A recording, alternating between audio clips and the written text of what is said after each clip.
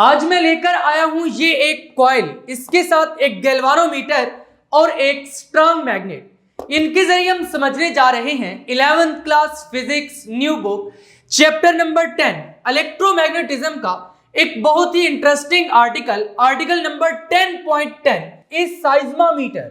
इससे पहले कि आज के इस लेक्चर को स्टार्ट करें, अगर अभी तक आपने फिजिक्स इनसाइड आउट को सब्सक्राइब नहीं किया तो जल्दी से सब्सक्राइब करके बेल आइकन के बटन को क्लिक कर दें, ताकि जैसे ही नेक्स्ट लेक्चर्स अपलोड हों आपको साथ के साथ नोटिफिकेशंस मिलती रहें और आप एग्जाम्स की बहुत ही अच्छे से तैयारी करके बहुत अच्छे मार्क्स ले सकें। और आज की इस वीडियो को लाइक कर दीजिए ताकि लेक्चर को पूरे मजे से स्टार्ट किया जा सके। साइज्मामीटर वाले आर्टिकल को समझने से पहले आपको Faraday's law of electromagnetic induction और इंड्यूस्ड ईएमएफ का अच्छे से कंसेप्ट होना चाहिए। अगर आपने वो लेक्चर अभी तक अटेंड नहीं किया तो उसका लिंक आपको डिस्क्रिप्शन में मिल जाएगा और इसके साथ साथ कमेंट सेक्शन में मिल जाएगा, वहां से आप इजीली असेस कर सकते हैं। तो आज के लेक्चर में हमने साइज्मामीटर के बारे में पढ़ना है। तो सबसे पहला पॉइंट यह है कि आपने साइज्मामीटर को प्रोनाउंस अच्छे तरीके से करना है। बहुत से स्टूडेंट्स इसको ऐसे पढ़ देते हैं सीज्मोमीटर, बट इट्स नॉट सीज्मोमीटर।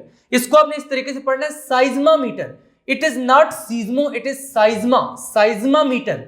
तो साइज्मामीटर बेसिकली एक इंस्ट्रूमेंट है। और ये किस तरीके का इंस्ट्रूमेंट है? ये ऐसा इंस्ट्रूमेंट है, एक ऐसी डिवाइस है जो कि अर्थक्वेक्स को डिटेक्ट करता है। देखो, अर्थक्वेक्स के केस में क्या होता है, जो ग्राउंड है वो वाइब्रेट करना स्टार्ट करता है और ग्राउंड के वाइब्रेशंस को ये साइज्मामीटर इलेक्ट्रिकल वाइब्रेशंस में कन्वर्ट करता है। फिर उन इलेक्ट्रिकल सिग्नल्स को एम्पलीफाई करके रिकॉर्ड कर लिया जाता है। उन रिकॉर्डेड सिग्नल से फिर ये मालूम किया जाता है कि जो अर्थक्वेक था इसका एम्पलीट्यूड कितना था, इसकी ड्यूरेशन कितनी थी, यानी डिफरेंट पैरामीटर्स को स्टडी किया जाता है। आज के लेक्चर में हमने सबसे पहले साइज्मामीटर की डेफिनेशन पढ़नी है। तो बहुत ही सिंपल सी डेफिनेशन है। A seismometer is an instrument that responds to the movement of rocks beneath the ground. देखो, ग्राउंड के नीचे जो रॉक्स हैं उनके मूवमेंट की वजह से अर्थक्वेक्स आते हैं, तो उनके मूवमेंट्स को डिटेक्ट जो इंस्ट्रूमेंट करता है दैट इज साइज्मामीटर। और to vibrations caused by earthquakes, यानी अर्थक्वेक्स की वजह से जो वाइब्रेशंस आती हैं उनको भी ये डिटेक्ट कर लेता है। वोल्केनिक इरप्शंस में, यानी कि आतिशफशां का फटना एंड एक्सप्लोजन, या फिर आप सिंपली ये कह सकते हैं साइज्मामीटर एक ऐसा इंस्ट्रूमेंट है जो कि अर्थक्वेक को डिटेक्ट करता है, या फिर वोल्केनिक इरप्शंस को। It detects earthquakes by converting ground motion into electrical signals. Usually जब भी अर्थक्वेक्स अकर होते हैं तो वहां पर ग्राउंड मोशन होता है, यानी कि वाइब्रेशंस होती हैं, तो उन वाइब्रेशंस को इलेक्ट्रिकल सिग्नल्स में कन्वर्ट कर लिया जाता है, जिनको फर्दर एनालाइज किया जाता है और वहां से देखा जाता है कि जो अर्थक्वेक था इसकी ड्यूरेशन कितनी थी, फिर वाइब्रेशंस का लेवल कितना था, यानी कि एम्पलीट्यूड कितना था। अब हमने साइज्मामीटर का प्रिंसिपल देखना है, इसकी कंस्ट्रक्शन देखनी है, वर्किंग देखनी है, क्योंकि किसी भी इंस्ट्रूमेंट को जब हम फिजिक्स में स्टडी करते हैं तो सबसे पहले हम उसकी डेफिनेशन देखते हैं। डेफिनेशन के बाद हम प्रिंसिपल देखते हैं कि वो इंस्ट्रूमेंट कौन से प्रिंसिपल पर वर्क करता है। उसके बाद हम कंस्ट्रक्शन देखते हैं और कंस्ट्रक्शन के बाद वर्किंग देखते हैं उस इंस्ट्रूमेंट की, देन यूजेस देखते हैं इंस्ट्रूमेंट के। तो अब हमने क्या देखना है, principle of seismometer. A seismometer generally works on the principle of electromagnetic induction. Basically electromagnetic induction के प्रिंसिपल पर वर्क करता है। यूजुअली जो इसमें लॉ यूज होता है that is Faraday's law of electromagnetic induction. Faraday's law of electromagnetic induction basically क्या suggest करता है कि जब भी कोई कंडक्टर मैग्नेटिक फील्ड में मूव करेगा या फिर कोई कॉइल होगी, अगर उसमें मैग्नेटिक फ्लक्स चेंज होगा तो उस केस में ईएमएफ इंड्यूस होगा। तो इसका मतलब कि यहां पर भी जब ग्राउंड वाइब्रेट करता है तो उस केस में उन वाइब्रेशंस को इलेक्ट्रिकल सिग्नल में कन्वर्ट किया जाता है by using the principle of electromagnetic induction. तो अब हमने पढ़नी है कंस्ट्रक्शन ऑफ साइज्मामीटर। तो साइज्मामीटर में बेसिकली एक हैवी वेट होता है जिसको एक स्प्रिंग से सस्पेंड किया जाता है इनसाइड ए फ्रेम। अब आपकी बुक में साइज्मामीटर की जो डायग्राम बनाई गई है ना, दैट इज कन्वेंशनल साइज्मामीटर, और जो थ्योरी लिखी गई है that is related to modern seismometer. तो यहां पर ये डायग्राम है मॉडर्न साइज्मामीटर की। जो आपकी बुक में साइज्मामीटर की डायग्राम है दैट इज कन्वेंशनल साइज्मामीटर, जो कि पेंडुलम टाइप साइज्मामीटर है। लेकिन यहां पर ये जो साइज्मामीटर की डायग्राम है दिस इज मॉडर्न साइज्मामीटर, जिसमें Faraday's law of electromagnetic induction use होता है। तो जो थ्योरी से रिलेटेड डायग्राम है वो ये वाली डायग्राम है। आपको ये वाली डायग्राम नोट्स में बनाने की जरूरत नहीं है, क्योंकि ये डायग्राम आपकी बुक में प्रेजेंट नहीं है, और जो बुक में डायग्राम प्रेजेंट है वो थ्योरी से रिलेटेड नहीं है। तो बेसिकली ये आर्टिकल शॉर्ट क्वेश्चंस के लिए इंपॉर्टेंट आर्टिकल है, इसमें से डिफरेंट शॉर्ट क्वेश्चंस बन सकते हैं। जैसे अभी पहले हमने पढ़ा है डेफिनेशन ऑफ साइज्मोमीटर, उसके बाद हमने प्रिंसिपल देखा है। तो प्रिंसिपल और डेफिनेशन ये भी बेसिकली शॉर्ट क्वेश्चंस में पूछे जा सकते हैं। तो अब हम पढ़ रहे हैं कंस्ट्रक्शन ऑफ साइज्मोमीटर। तो आपकी बुक में साइज्मोमीटर की जो कंस्ट्रक्शन लिखी गई है वो बेसिकली मॉडर्न साइज्मोमीटर की है। तो इसी वजह से यहां पर मैंने ये डायग्राम मॉडर्न साइज्मोमीटर की ड्रा की है ताकि आपको थ्योरी अच्छे तरीके से समझ आ सके। It consist of a heavy weight suspended bye spring inside a frame. यहां पर देखिए ये एक फ्रेम है जिसमें एक स्प्रिंग के साथ एक वेट अटैच किया गया और ये काफी हैवी वेट है और ये जो फ्रेम है ये ग्राउंड के साथ फर्मली कनेक्टेड होता है। The weight is usually connected to a magnet that moves within a coil of wire। ये जो वेट आपको दिखाई दे रहा है बेसिकली ये वेट इटसेल्फ ही मैग्नेट होता है या फिर इसके साथ एक मैग्नेट अटैच कर दिया जाता है। और यहां पर आपको एक कॉइल भी दिखाई दे रही है। ये हैवी वेट इस कॉइल में बेसिकली मूव करता है। तो यहां पर हमने यही बात लिखी है, the weight is usually connected to a magnet, कि ये जो वेट है इसके साथ मैग्नेट अटैच होता है या फिर ये इटसेल्फ ही मैग्नेट होता है और ये क्या करता है, इस कॉइल में मूव कर सकता है, that moves with in A coil of wire. तो ये थी साइज्मोमीटर की बेसिक कंस्ट्रक्शन। अब हमने इसकी वर्किंग को डिस्कस करना है। तो डायग्राम में मैं आपको बता चुका हूं कि ये एक स्प्रिंग है, इसके साथ साथ ये एक हैवी वेट है, हैवी वेट, और हैवी वेट के साथ यहां पर एक कॉइल भी है, दिस इज कॉइल। ये हैवी वेट क्या करता है, इस कॉइल में मूव करता है और इस हैवी वेट के साथ मैग्नेट अटैच होता है। यानी इनफैक्ट मैग्नेट एक कॉइल में क्या करता है, मूव करता है। और यहां पर सिग्नल एम्पलीफायर और रिकॉर्डर प्रेजेंट होते हैं जो कि सिग्नल्स को रिकॉर्ड करते हैं। अब हमने डिस्कस करना है वर्किंग ऑफ ए साइज्मोमीटर। तो चलिए जरा प्रैक्टिकल सेटअप की तरफ बढ़ते हैं और समझते हैं कि साइज्मोमीटर कैसे वर्क करता है। यह है एक्सपेरिमेंटल सेटअप जिससे हमने वर्किंग ऑफ साइज्मोमीटर को समझना है। इसमें यहां पर ये एक मैग्नेट है, ये एक कॉइल है और इसके साथ साथ ये एक गैल्वानोमीटर है। यहां पर मान लीजिए कि ये जो मैग्नेट है ये एक स्प्रिंग के साथ अटैच्ड है। बस जस्ट सपोज कर लीजिए कि एक स्प्रिंग के साथ अटैच्ड है। अब यहां पर ये कॉइल है जो कि गैल्वानोमीटर के साथ कनेक्टेड है। अब सपोज करते हैं कि ग्राउंड वाइब्रेट कर रहा है कुछ इस तरीके से। ये ग्राउंड वाइब्रेट कर रहा है, आपको गैल्वानोमीटर में कुछ डिफ्लेक्शन दिखाई दे रही होगी, यानी कि यहां पर बेसिकली ईएमएफ इंड्यूस हो रहा है। तो यही जो इलेक्ट्रिकल सिग्नल्स हैं इनको एम्पलीफायर के जरिए एम्पलीफाई किया जाता है और देन रिकॉर्ड कर लिया जाता है।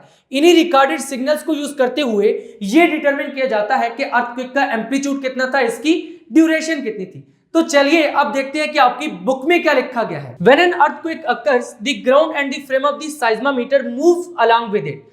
देखो बच्चों यहां पर क्योंकि ये फ्रेम ग्राउंड के साथ फिर्मली अटैच्ड है, यानी काफी मजबूती से अटैच्ड है, जैसे ही ग्राउंड वाइब्रेट करना स्टार्ट करेगा तो ये वाला जो फ्रेम है ये भी इसके साथ साथ वाइब्रेट करना स्टार्ट कर देगा। तो हमने यही बात लिखी है कि जब अर्थक्वेक अकर होता है तो उस केस में ग्राउंड वाइब्रेट करता है और जो फ्रेम ऑफ साइज्मोमीटर है ये भी इसके साथ साथ मूव करेगा। However, due to inertia, the suspended weight tends to remain stationary। This is very important point।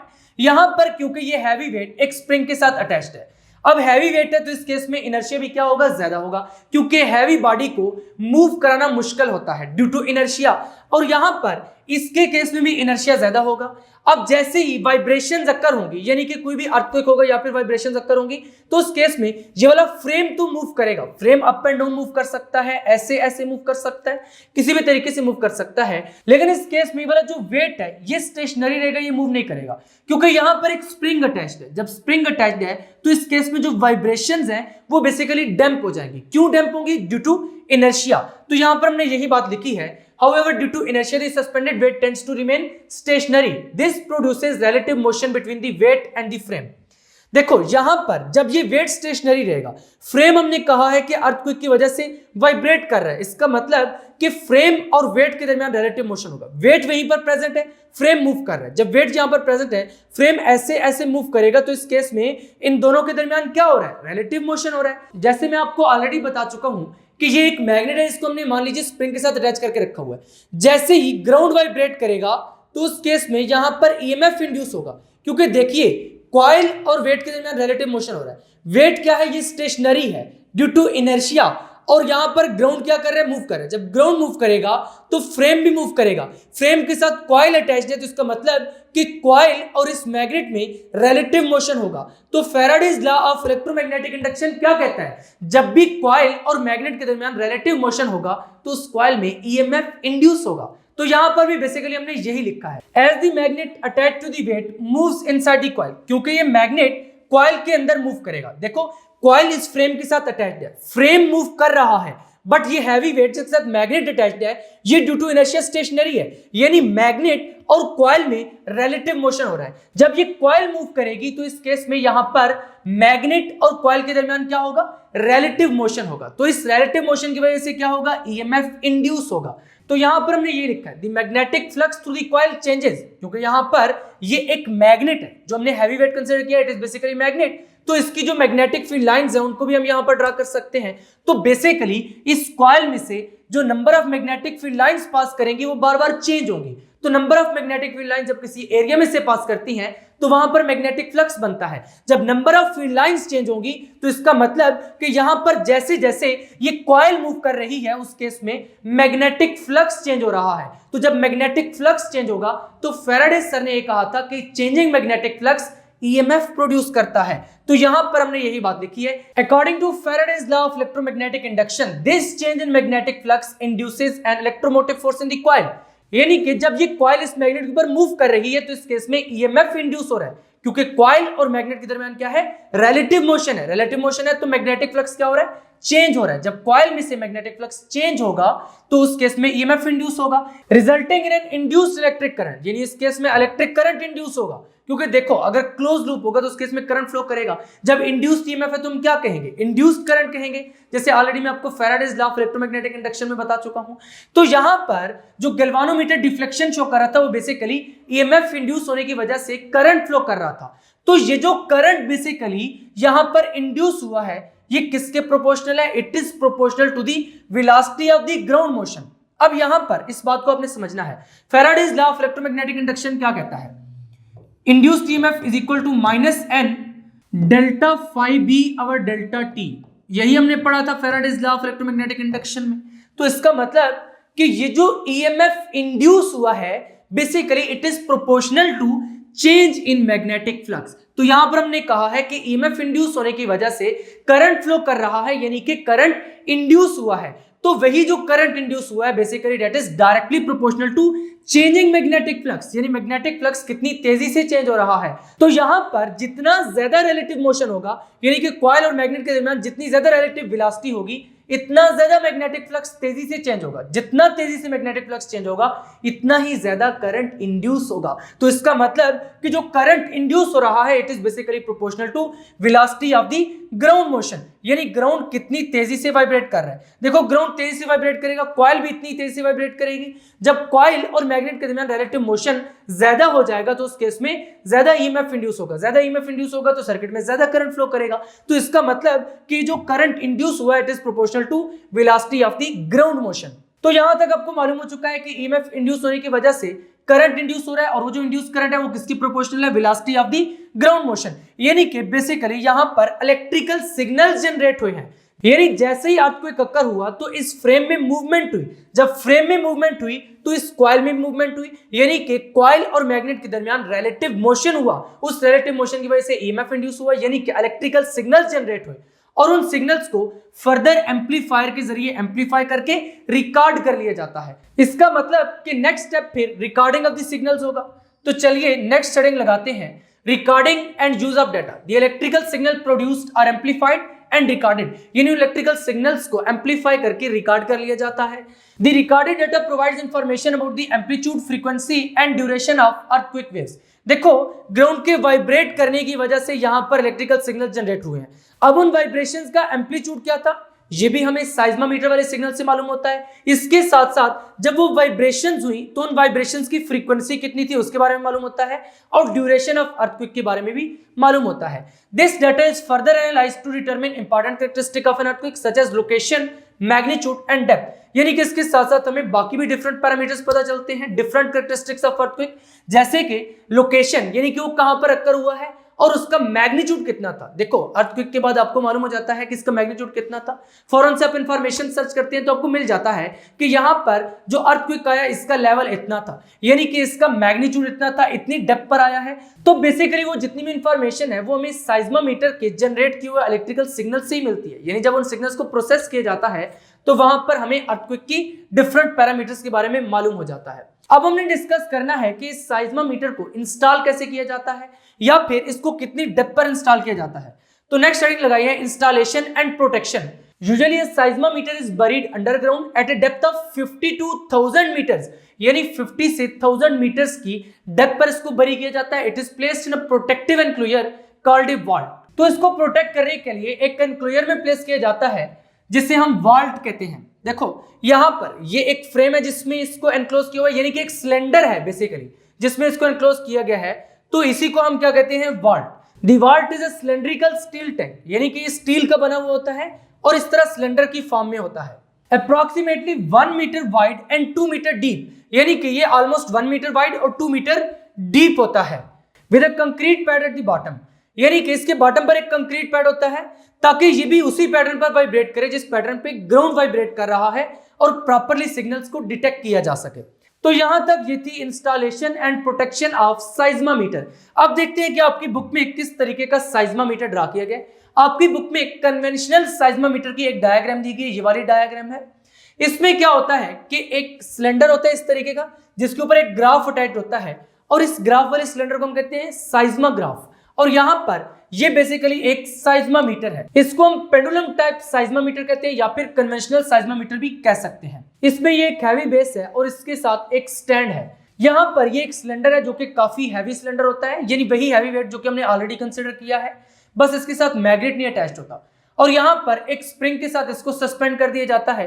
इस हैवी वेट के साथ एक पॉइंटर अटैच्ड होता है और ये जो ड्रम है ये बेसिकली इस तरीके से मूव करता रहता है। इस तरीके से क्या करता है, मूव करता है। जब ये मूव करता है तो ये पॉइंटर क्योंकि इसके साथ टच है तो इसके ऊपर एक लाइन ड्रा होती रहती है।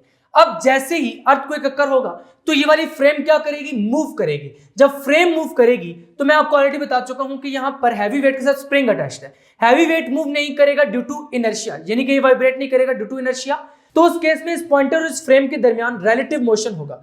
देखो यहां पर ये जो सिलेंडर अटैच्ड है ये बेसिकली इस बेस के साथ अटैच्ड है, इस फ्रेम के साथ अटैच्ड है। जब फ्रेम मूव करेगी तो उस केस में सिलेंडर भी मूव करेगा, यानी सिलेंडर मूव कर रहा है बट ये वेट स्टेशनरी है। तो इसका मतलब कि पॉइंटर और सिलेंडर के दरमियान रिलेटिव मोशन होगा। जैसे ही अर्थक्वेक अकर होता है तो उस केस में सिलेंडर और पॉइंटर के दरमियान रिलेटिव मोशन होता है। मैं आपको बता चुका हूं कि ये सिलेंडर ऑलरेडी ऐसे ऐसे मूव कर रहा है। जब सिलेंडर मूव कर रहा है तो इस केस में सिलेंडर के ऊपर एक ग्राफ ड्रा हो जाएगा। देखो पहले ग्राफ कुछ इस तरीके से ड्रा होता है, जब अर्थक्वेक अकर होता है तो पहले कुछ इस तरीके से मिलता है हमें ग्राफ, उसके बाद ऐसे इस तरीके की वेव मिलती है यहां पर। अब देखिए ये जो हमें ग्राफ मिला है ना, इससे हमें अर्थक्वेक के बारे में इंफॉर्मेशन मिलती है, जो उसके डिफरेंट पैरामीटर्स हैं। जो अर्थक्वेक वेव्स हैं उनका एम्पलीट्यूड कितना था, उनकी फ्रीक्वेंसी कितनी थी, फिर अर्थक्वेक की ड्यूरेशन कितनी थी, यानी इस तरीके के डिफरेंट पैरामीटर्स के बारे में मालूम होता है। अब ये वाली वेव जो यहाँ पर ड्रा हुई है इसमें आपको पहले ये एक लाइन सी नजर आ रही है, उसके बाद ऐसे आपको एक ट्रांसवर्स वेव दिखाई दे रही है। तो प्रैक्टिकली होता भी ऐसे है कि जब भी अर्थक्वेक अकर होता है तो सबसे पहले पी वेव्स अराइव होती हैं। कौन सी वेव्स, पी वेव्स, और उसके बाद एस वेव्स अराइव होती हैं। आपकी बुक में भी फॉर योर इंफॉर्मेशन में एस वेव्स और पी वेव्स के बारे में बताया गया है। पी वेव्स से बनता है प्राइमरी वेव्स और एस से बनता है सेकेंडरी वेव्स। देखो प्राइमरी वेव्स जो होती है ना ये बेसिकली लॉन्गिट्यूडनल इन नेचर होती हैं और ये जो सेकेंडरी वेव्स होती हैं ये ट्रांसवर्स इन नेचर होती है। इसी वजह से पहले आपको इस तरीके का ग्राफ मिलता है, उसके बाद आपको इस तरीके का ग्राफ मिलता है, क्योंकि लॉन्गिट्यूडनल वेव्स में क्या होता है, जो वाइब्रेशन होती है वो बेसिकली वेव प्रोपेगेशन की डायरेक्शन में होती है। क्योंकि हमने ऑलरेडी जो लॉन्गिट्यूडनल वेव्स की डेफिनेशन पढ़ रखी है वो क्या पढ़ रखी है, longitudinal waves are the type of waves in which particles vibrate in the direction of propagation of waves। तो यहां पर भी जब ग्राउंड वाइब्रेट करता है, मूव करता है, तो उस केस में वेव प्रोपेगेशन की डायरेक्शन में मूव करता है इनिशियली, और उसके बाद ट्रांसवर्स वेव्स जनरेट होती हैं, यानी कि ऐसे ऐसे ग्राउंड वाइब्रेट करता है तो यहां पर एस वेव्स बनती हैं। तो जब भी अर्थक्वेक अकर होता है तो सबसे पहले पी वेव्स अराइव होती हैं और उसके बाद एस वेव्स अराइव होती हैं। यहां पर आपने याद रखना है कि P waves longitudinal in nature होती हैं और S waves transverse in nature होती है, क्योंकि बाद में जाकर वाइब्रेशंस परपेंडिकुलर हो जाती है प्रोपेगेशन ऑफ वेव के। तो इस केस में ट्रांसवर्स वेव जनरेट होते हैं, यानी पहले लॉन्गिट्यूडनल वेव्स जनरेट होती है जिनको हम पी वेव्स कहते हैं, और उसके बाद ट्रांसवर्स वेव जनरेट होती है जिनको हम एस वेव्स कहते हैं। और इसी तरीके से आपको ये ग्राफ भी यहां पर दिखाई दे रहा है। आपकी बुक में पेज नंबर 238 पर भी एक फॉर योर इंफॉर्मेशन दिया गया, उसमें अर्थक्वेक्स के बारे में बताया गया है कि अर्थक्वेक्स बेसिकली अक्कर क्यों होते हैं। तो यहां पर एक वर्ड यूज किया गया है प्लेट टेक्टोनिक्स। क्या यूज किया गया है, plate tectonics. Plate tectonics basically एक साइंटिफिक थ्योरी है जिसमें हम ये कहते हैं कि जो अर्थ की आउटर मोस्ट लेयर है ये लार्ज प्लेट से बनी हुई है और ये प्लेट स्लोली मूव करती रहती हैं, लेकिन जब यही प्लेट सडनली मूव करती हैं या फिर सडनली वाइब्रेट करती हैं तो उस केस में अर्थक्वेक्स अकर होते हैं। अब आपकी बुक में अर्थक्वेक्स की 3 टाइप्स लिखी गई हैं। अर्थक्वेक्स की 3 टाइप्स लिखी गई हैं, जिनमें से सबसे पहली टाइप है शैलो अर्थक्वेक। पहली टाइप कौन सी है? Shallow earthquake. और दूसरी टाइप है इंटरमीडिएट अर्थक्वेक। कौन सी टाइप है? Intermediate earthquake. और इसके साथ साथ थर्ड टाइप है डीप अर्थक्वेक। ये जो शैलो अर्थक्वेक्स हैं ये 60 किलोमीटर की डेप्थ पर अक्कर होते हैं। 60 किलोमीटर की डेप्थ पर अक्कर होते हैं। अब क्योंकि ये near to the surface of earth occur होते हैं तो इस केस में डैमेज भी अच्छा खासा होता है। नेक्स्ट टाइप क्या है? Intermediate earthquakes. ये तकरीबन 60 किलोमीटर से 280 किलोमीटर की डेप्थ तक अक्कर होते हैं। 280 किलोमीटर की डेप्थ तक अक्कर होते हैं। देखो ये वाले जो अर्थक्वेक्स है ना, इंटरमीडिएट अर्थक्वेक्स, ये शैलो अर्थक्वेक्स से थोड़े डीप होते हैं, यानी 60 से ज्यादा डेप्थ पर अक्कर होते हैं और 280 से कम डेप्थ पर। और ये जो डीप अर्थक्वेक्स हैं ये बेसिकली ग्रेटर देन 280 किलोमीटर की डेप्थ पर अक्कर होते हैं। इसकी वजह से सरफेस ऑफ अर्थ पे इतना ज्यादा डैमेज नहीं होता, लेकिन शैलो अर्थक्वेक काफी हैजर्डस होते हैं, ये इनकी वजह से डैमेज अच्छा खासा हो जाता है।